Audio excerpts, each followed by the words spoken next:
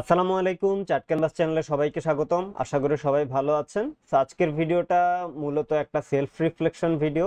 আজকের ভিডিওতে আমি কথা বলবো আমার যে ভুলগুলোর কারণে 2024-25 অর্থ বছরে আমি লস করেছিলাম। তো এই ভিডিওটা যদি আরো একটু কনটেক্সট দেই আপনাদেরকে, সেই ক্ষেত্রে আমরা আজকে থেকে প্রায় 11 দিন আগে আমাদের ইউটিউবের কমিউনিটি ট্যাবে একটা পোস্ট করেছিলাম। সেম পোস্টটা কিন্তু আমরা আমাদের ফেসবুক পেজেও করেছিলাম। সো আপনারা কিন্তু আমাদের ইউটিউবে কানেক্টেড থাকার পাশাপাশি চাইলে আমাদের সাথে ফেসবুকেও কানেক্টেড থাকতে পারেন। সেই ক্ষেত্রে এই ভিডিওর ডেসক্রিপশনে আমাদের ফেসবুক পেজের লিংক দেওয়া থাকবে। যাই হোক, সো আমাদের যে পোস্টটা ছিল ওই পোস্টের মূল আলোচ্য বিষয় ছিল যে আমার গত বছর ইনভেস্টমেন্ট রিটার্ন ছিল -2.99 অর অলমোস্ট 3%। তো এটা নেগেটিভ একটা রিটার্ন ছিল ইনক্লুডিং আনরিয়েলাইজড লস। তো এটা তখনই বলেছিলাম যে এটা আসলে আমার পজিটিভ হওয়ার কথা ছিল, কিন্তু 5ই আগস্ট সরকার পতনের পর কিছু ভুল সিদ্ধান্ত এবং ইমোশনাল সিদ্ধান্তের কারণে রিটার্নটা নেগেটিভ হয়ে গিয়েছে।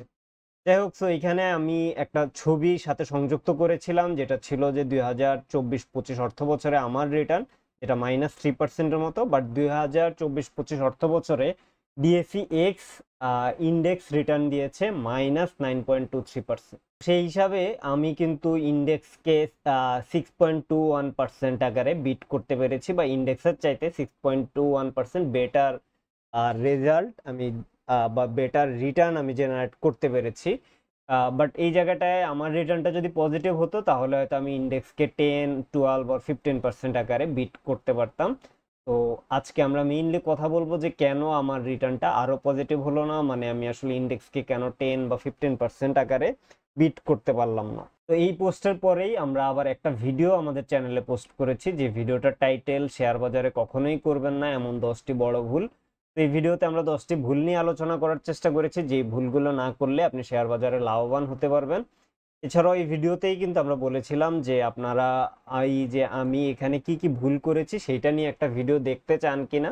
তো আপনারা এই ভিডিওর কমেন্টে বলেছেন অনেকেই যে হ্যাঁ, আপনারা সেই ব্যাপারে ভিডিওটা দেখতে চান। যাই হোক, তো আমি যদি আমাদের বা আমার ভুলে চলে আসি, তো আমার ভুলটা আসলে আপনাদেরকে আমি ইন্ডেক্সের চার্টের সাথে একটু দেখাতে চাই, তাহলে হয়তো আপনারা ব্যাপারটা রিলেট করতে পারবেন। তো আমার ভুলটা আসলে সরকার পতনের পর হয় নাই। সরকার পতনের যে পয়েন্টটা, এটাকে যদি আমি একটু মার্ক করি, সো সরকার পতন হয়েছিল এই যে ঠিক এই জায়গাটায়,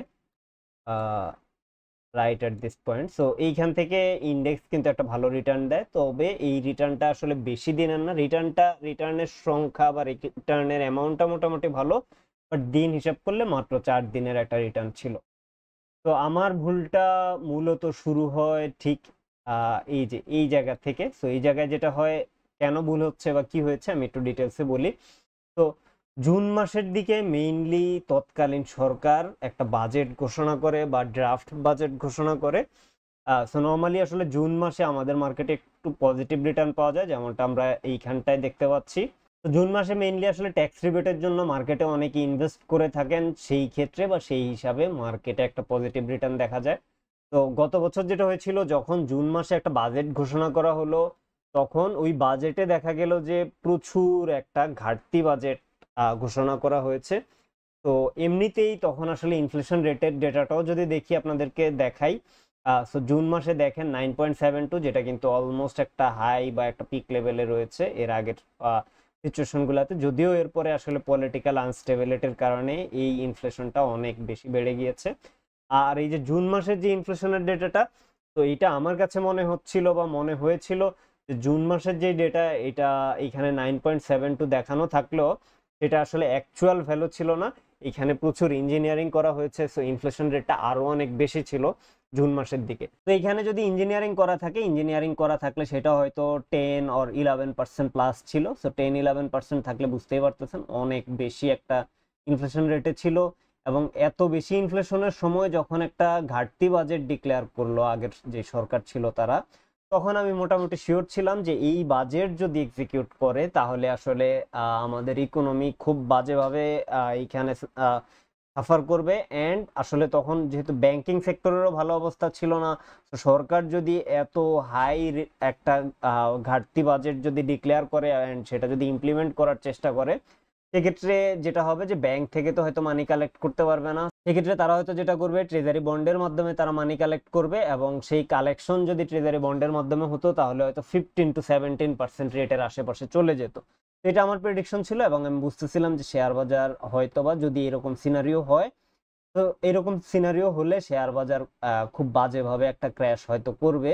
এছাড়াও আসলে ইকোনমি ক্র্যাশ করবে কিনা সেটা নিয়েও আমি আসলে অনেক চিন্তায় ছিলাম। আমার মনে হচ্ছিল যে এত বিশাল সাইজের বাজেটের কারণে ইকোনমিও হয়তো বা ক্র্যাশ করতে পারে।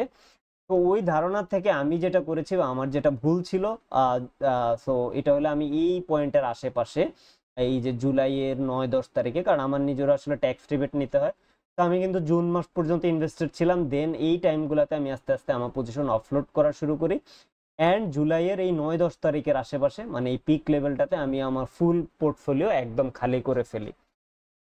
দেন আমার যেটা ধারণা ছিল যে আচ্ছা ঠিক আছে, যে বাজেটটা আসলো বা যে বাজেটটা দেওয়া হয়েছে, তো এই বাজেটটা যেহেতু যদি এই বাজেটটা এক্সিকিউট করে ইন্ডেক্স এইখানের আরো লোয়ার লো ক্রিয়েট করবে, তো আমার ইন্টেনশন ছিল যে ইন্ডেক্স লোয়ার লো ক্রিয়েট করুক, তারপর আমি আবার পজিশন নেওয়া শুরু করব। আর এইদিকে তারপর যেটা হলো যে এরপর এই যে 16-17 তারিখ থেকে যেই তখন যে আন্দোলনটা ছিল স্টুডেন্টদের, ওই আন্দোলনটা কড়া হতে থাকে বা জোরদার হতে থাকে। তখন আন্দোলন যখন জোরদার হয় তখন দেখা যায় ইন্ডেক্স পড়তেছে, বাট আমি আসলে তখন আর পজিশন নেই, কারণ ওই সরকার যে পতন হবে এটা আসলে আমি অ্যাটলিস্ট তখন প্রেডিক্ট করতে পারি নাই, বা আমার মনে হয় নাই যে সরকারের পতন হবে। কারণ আমার কাছে এখনো চিন্তা করলে মনে হয় যে এই সময়ে বা এই ডেটে এসে সরকার পতন হবে, এইটা লাইক আমাকে যদি কেউ জিজ্ঞেস করে যে এটার সম্ভাবনা কত পার্সেন্ট, আমি বলবো যে তখনও হয়তো এটার সম্ভাবনা মেবি 5% ছিল। কারণ আপনি দেখেন জানুয়ারি মাসে একটা ইলেকশন হয়ে গেল, জাস্ট জানুয়ারি মাসেই, যেই সরকার 15-16 বছর ধরে আছে, তো ওই বছরের জানুয়ারি মাসেই একটা ইলেকশন হলো, ওই ইলেকশনে মাত্রই আসলো, তো সেম বছরেই 6 মাস না যেতেই সরকার এখানে পতন হবে, এইটা তো আসলে মানে এটা আমার কাছে এখনো মনে হয় যে এটার সম্ভাবনা হয়তো 5% ছিল। ভুলটা যেটা হয়েছে যে এই জায়গায় এক্সিট নেওয়াটা হয়তো ভুল হয় নাই, বা আমি এখন ওইটাকে আসলে ভুল মনে করতেছি না ওইভাবে, কারণ ওই বাজেটটা যদি এক্সিকিউট করতো তাহলে হয়তো ইকোনমি ক্র্যাশই করতো। বাট আমার যেটা সমস্যা বা ভুলটা হয়েছে সেটা হলো ওই যে 5% যেই সরকার পতন হতে পারে বা এরকম কিছু হতে পারে, তো আমি ব্যাপারটাকে একদম 100% নিয়ে নিয়েছিলাম যে ইন্ডেক্স পতন হবেই। তো আমি আসলে 5%-এর উপরে যে না নাও হতে পারে এরকম কিছু একটা, তো ওই 5%-এর উপরে আমার একটু ভরসা রাখা উচিত ছিল। তো সেই ক্ষেত্রে হয়তো আমি যেটা করতে পারতাম, আমার পোর্টফোলিওকে এইখানে লিকুইডেট করে ফেলেছিলাম। সেটা না করে হয়তো আমি পোর্টফোলিওর একটা পোর্শন হতে পারে সেটা 50% বা যে কোনো একটা সংখ্যা যদি আমি করতাম, তাহলে এই যে 4 দিনে ইন্ডেক্স যে রিটার্ন দিয়েছে এইখানে হয়তো আমি আমার পোর্টফোলিওতে একটা ভালো রিটার্ন জেনারেট করতে পারতাম। এখন এই সময় আমি যেটা করেছি, যখন এই যে জুলাইয়ের 9-10 তারিখের এই আশেপাশে আমি আমার পোর্টফোলিও ফুল খালি করে ফেলেছি, তারপরে কি আমার আসলে এই সময়টাতে আমার পোর্টফোলিওতে কিছু ছিল না বা কি ছিল, তো এটা জাস্ট আমি একটা জিনিস দেখাবো জিপির চার্টে। তো আমি তো এই যে যেটা বললাম যে জুলাইয়ের 9-10 তারিখে আমার পোর্টফোলিও ফুল খালি করে ফেলেছি এই জায়গার আশেপাশে।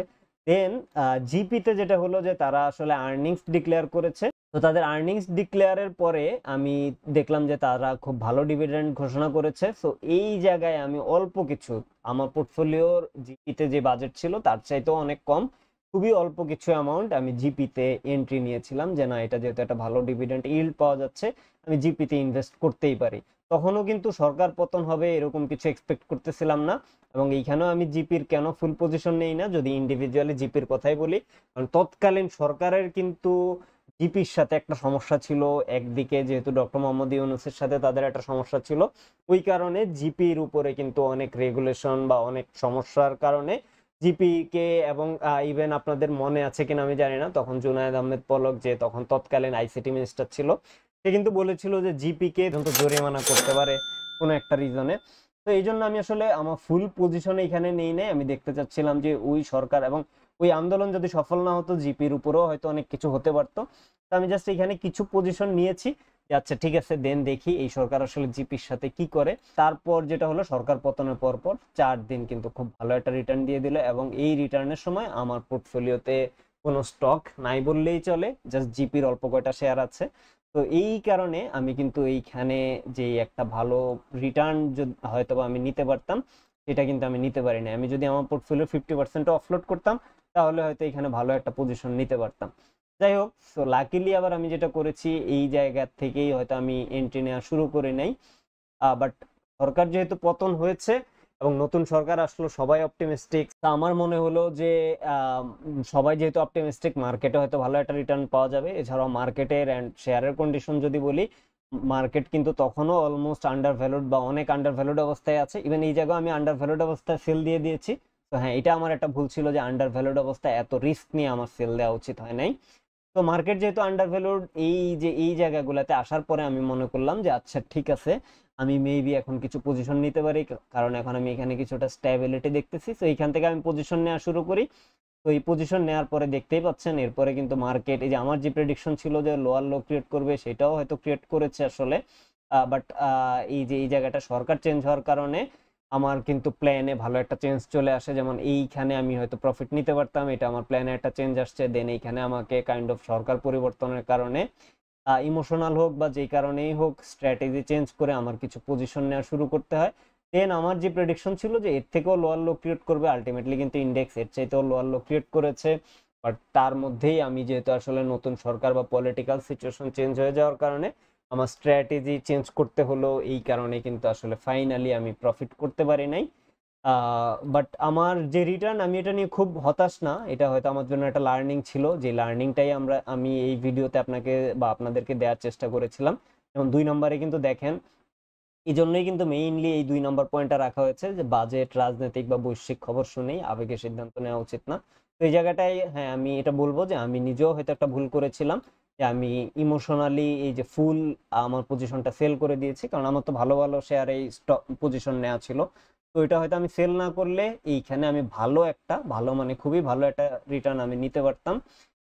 তখন হয়তো বা আমার পোর্টফোলিওতে একটা পজিটিভ বা অনেক পজিটিভ একটা আউটলুক দেখা যেত। তো এই ছিল আমার ভুলটা, আপনারা আমার ভুলটার ব্যাপারে জানতে চেয়েছিলেন। তো এইটাই আমার মেজর ভুল ছিল, এক্সের বা আমার পোর্টফোলিওকে যে অফলোড করেছি, দেন আবার এখান থেকে আমি আবার পজিশন নেওয়া শুরু করি। এই ভুলটার কারণেই মূলত আমি 3%-এর মতো রিটার্ন জেনারেট করতে পেরেছি।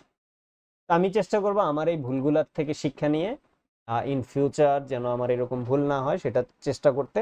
তো আমার আপনাদের কাছেও রিকোয়েস্ট থাকবে যে আপনারা আপনাদের গত 1 বছরে বা বছর বছর একটা আপনাদের কি ভুল করতেছেন সেটার একটা রিভিউ করে আপনারা সেই ভুল থেকে শিক্ষা নিয়ে আপনি আপনার বিহেভিয়ারকে আরো কন্ট্রোলড এন্ড সিস্টেমেটিক ওয়েতে ম্যানেজ করবেন। এতে করে আপনাদের লস অনেকটাই কমে যাবে আশা করা যায়। তো আমিও চেষ্টা করব আমার এই ভুলগুলো যেন আমি আর ইন ফিউচারে কন্টিনিউ না করি। যাই হোক, এই ছিল আমাদের আজকের ভিডিও। আশা করি ভিডিওটা আপনাদের কাছে ভালো লেগেছে। ভিডিওটা ভালো লাগলে আমাদের চ্যানেলে লাইক করবেন, কমেন্ট করবেন এবং সাবস্ক্রাইব করবেন। ধন্যবাদ সবাইকে। আসসালামু আলাইকুম।